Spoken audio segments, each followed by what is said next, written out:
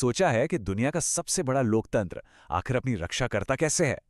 आज हम भारत की विशाल और कॉम्प्लेक्स मिलिट्री मशीन को परत दर परत देखेंगे और इसकी लेयर्ड डिफेंस स्ट्रैटेजी के राज जानेंगे।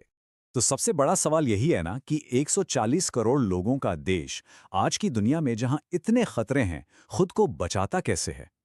इसका जवाब एक सिंपल लेकिन बहुत ही पावरफुल कॉन्सेप्ट में है। एक लेयर्ड डिफेंस। देखिए, कोई भी इफेक्टिव डिफेंस सिस्टम उसके 3 बेसिक स्टेप्स होते हैं। पहला, खतरे को डिटेक्ट करना, फिर उस पर लगातार नजर रखना यानी ट्रैकिंग, और आखिर में उससे पहले कि वो कोई नुकसान पहुंचाए उसे न्यूट्रलाइज कर देना। बस यही है लेयर्ड डिफेंस का कोर प्रिंसिपल। और इसका सबसे बेहतरीन एग्जाम्पल है इंडिया का एयर डिफेंस शील्ड।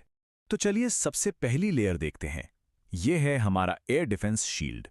इसे एक ऐसे अदृश्य किले की तरह समझिए जो आसमान से आने वाले हर खतरे से देश को बचाता है। अब देखिए, कोई एक सिस्टम हर तरह के थ्रेट को रोक नहीं सकता, ये आसान नहीं है। इसीलिए इंडिया एक मल्टी लेयर्ड सिक्योरिटी नेट बनाता है। इसमें लॉन्ग, मीडियम और शॉर्ट रेंज तीनों तरह के सिस्टम्स हैं, बिल्कुल एक किले की दीवारों की तरह। अगर दुश्मन पहली दीवार तोड़ भी दे तो दूसरी और तीसरी दीवारें उसे रोकने के लिए तैयार खड़ी हैं। तो सबसे बाहरी और हाँ, सबसे पावरफुल लेयर है Russia made S-400 tram system. इसकी खासियत यह है कि ये 600 किलोमीटर दूर से ही खतरों को ट्रैक कर सकता है और एक साथ 300 टारगेट्स पर नजर रख सकता है। सोचो जरा, सीधे शब्दों में कहें तो ये एयर डिफेंस का बाहुबली है। 400 किलोमीटर, ये है S-400 की एंगेजमेंट रेंज। मतलब ये कि दुश्मन के एयरक्राफ्ट को इंडियन एयर स्पेस में घुसने से बहुत बहुत पहले ही मार गिराया जा सकता है। फिर चाहे वो हाई एल्टीट्यूड पर उड़ने वाला फाइटर जेट हो या चुपके से आ रहा कोई ड्रोन। अब आते हैं मिडिल लेयर पर। यह है बराक 8 सिस्टम, जिसे इंडिया और इजराइल ने मिलकर डेवलप किया है। और ये डिफेंस टेक में एक सक्सेसफुल इंटरनेशनल कोलैबोरेशन का परफेक्ट एग्जाम्पल है। इसकी रेंज है 100 किलोमीटर तक और ये जमीन और समंदर दोनों जगह से खतरों को न्यूट्रलाइज कर सकता है। और आखिरी इनर लेयर हमारा अपना स्वदेशी आकाश वेपन सिस्टम। ये आत्मनिर्भर भारत इनिशिएटिव का एक जीता जागता सबूत है। इसकी सबसे बड़ी ताकत इलेक्ट्रॉनिक जैमिंग के खिलाफ इसकी हाई इम्यूनिटी। ये चीज इसे आज के टेक हैवी बैटलफील्ड पर बहुत बहुत इफेक्टिव बनाती है। लेकिन देखिए, डिफेंस का मतलब सिर्फ बचाव करना नहीं होता। अपनी सीमाओं से परे पावर प्रोजेक्ट करने की कैपेबिलिटी भी जरूरी है। और यही चीज हमें ले आती है हमारी दूसरी स्ट्रेटेजिक लेयर पर, पावर प्रोजेक्शन स्फीयर। आसमान में इस भाले की नोक पर हैं 2 टाइटन्स। एक तरफ है रशिया डिजाइन Su-30 MKI, जो इंडियन एयरफोर्स की बैकबोन है, रीढ़ की हड्डी। तो दूसरी तरफ है फ्रांस का state of the art Rafale, जिसे गेम चेंजर माना जाता है उसके एडवांस्ड ASR रेडार की वजह से। ये रेडार इससे एक साथ कई टारगेट्स को ट्रैक करके उन पर हमला करने की एक यूनिक कैपेबिलिटी देता है।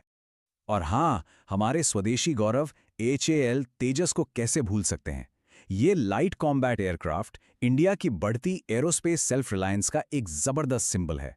ये साबित करता है कि इंडिया भी वर्ल्ड क्लास फाइटर जेट्स बना सकता है और इसका प्रोडक्शन भी तेजी से बढ़ाया जा रहा है ताकि फ्लीट और मजबूत हो।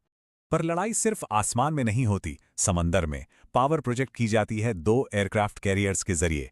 एक है INS विक्रमादित्य, जो रशिया से लिया गया है, और दूसरा हमारी शान INS विक्रांत, इंडिया का पहला स्वदेशी एयरक्राफ्ट कैरियर। दोनों ही STOBAR कैरियर्स हैं, यानी ये एयरक्राफ्ट लॉन्च करने के लिए स्की जंप का इस्तेमाल करते हैं। यहां भी देखिए, इंपोर्टेड और इंडिजिनस टेक्नोलॉजी का वही बेहतरीन मिक्स। जमीन पर आ जाते हैं। यहां इस भाले के नोक पर हैं 1200 से ज्यादा रशियन T-90 भीष्म टैंक्स, किसी भी हमले को रोकने या उसका जवाब देने के लिए हमेशा तैयार। और इनका साथ देता है हमारा अपना Arjun main battle tank.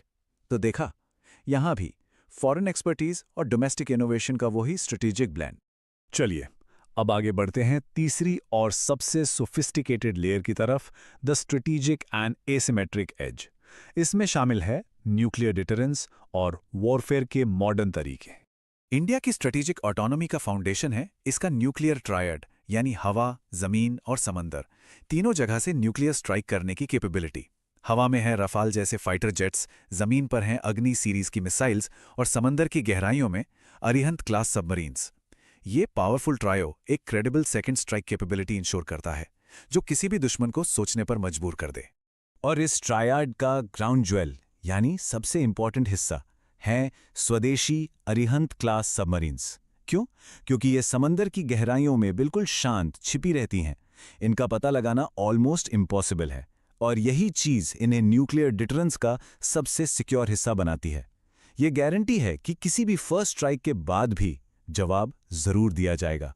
5000 kilometres से भी ज्यादा। जी हां, ये है अग्नि 5 बैलिस्टिक मिसाइल की ऑपरेशनल रेंज, मतलब स्ट्रेटेजिक रीच अक्रॉस कॉन्टिनेंट्स।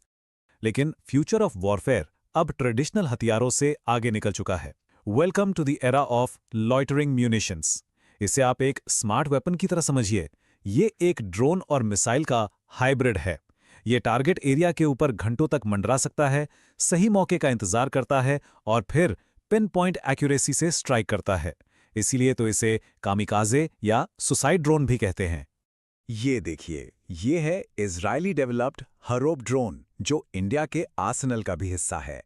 इसे खास तौर पे हाई वैल्यू टारगेट्स जैसे कि रडार सिस्टम्स को ढूंढने और डिस्ट्रॉय करने के लिए डिजाइन किया गया है। सही मायनों में ये ट्रेडिशनल वॉरफेयर के रूल्स को बदल रहा है। तो इस पूरी पिक्चर का मतलब क्या निकलता है? चलिए इन सभी लेयर्स को एक साथ जोड़कर देखते हैं और की टेकअवेज पर नजर डालते हैं। मॉडर्न इंडियन मिलिट्री की स्ट्रैटेजी 3 पिलर्स पर टिकी है। डिफेंस के लिए शील्ड, पावर प्रोजेक्शन के लिए स्पीयर और डिटरेंस के लिए एज। ये एक स्मार्ट ब्लेंड है एडवांस्ड इंपोर्टेड टेक्नोलॉजी और बढ़ती हुई इंडिजिनस कैपेबिलिटी का, साथ ही एक क्रेडिबल न्यूक्लियर डिटरेंट और फ्यूचर वॉरफेयर पर फोकस। और आखिर में ये सारी बात एक पावरफुल आइडिया पर आकर रुकती है कि the military of the future technological superiority और स्ट्रेटेजिक सेल्फ रिलायंस की नींव पर ही बनेगी। ये लाइन इंडिया की मिलिट्री मॉडर्नाइजेशन की पूरी जर्नी को अकेले ही सम अप कर देती है। और ये हमें एक आखिरी सवाल के साथ छोड़ जाता है। जैसे जैसे टेक्नोलॉजी वॉरफेयर को रीडिफाइन कर रही है, इंडिया की मिलिट्री मशीन के लिए अगला फ्रंटियर क्या होगा?